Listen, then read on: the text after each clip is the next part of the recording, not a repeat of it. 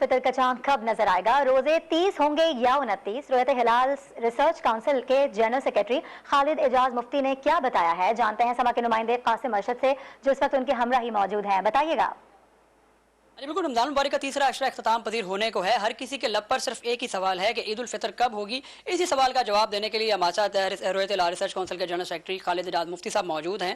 ان سے پوچھتے ہیں، جی سر یہ بتائیے گا کہ عید الفطر کا چاند کب نظر آئے گا، عید کب ہوگی؟ اس طرح ہے جی کہ اس دفعہ 30 روزے ہوں گے اور عید الفطر جو ہے وہ 22 اپریل ہفتہ کے روز ہوگی۔ نیا چاند جو ہے اس کے دکھائی دینے کے لیے جو شرائط ہیں اس میں عام آدمی اگر دو شرائط جو کافی ہیں کہ ایک اس کی عمر 19 گھنٹے سے اگر کم ہو تو وہ دکھائی نہیں دیتا، اور دوسری شرط یہ ہے کہ غروب شمس اور غروب قمر کے درمیان فرق جو ہے وہ کم از کم 40 منٹ ہونا چاہیے۔ سر یہ بتائیں کہ عمر کتنی ہوگی اس بار؟